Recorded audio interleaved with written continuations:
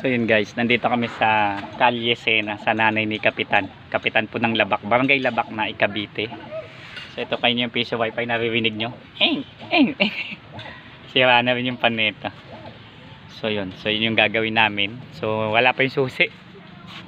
So yun, so okay naman yung internet nya. So tingin ko may problema dun.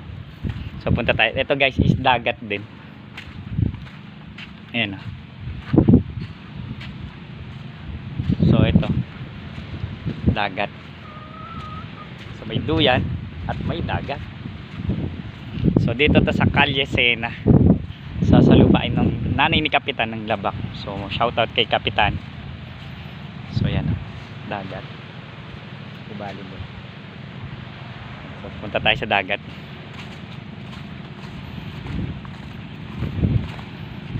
So yun yung kanilang dagat. Ang ganda. So amazing. So puro dagat, puro beach resort to napuntahan namin. So yun. May mga mangingisda doon. Ayan, tapos may mga parang ano yan, wall, sea wall. Okay, so hindi ito South China Sea. Hindi ito West Philippine Sea.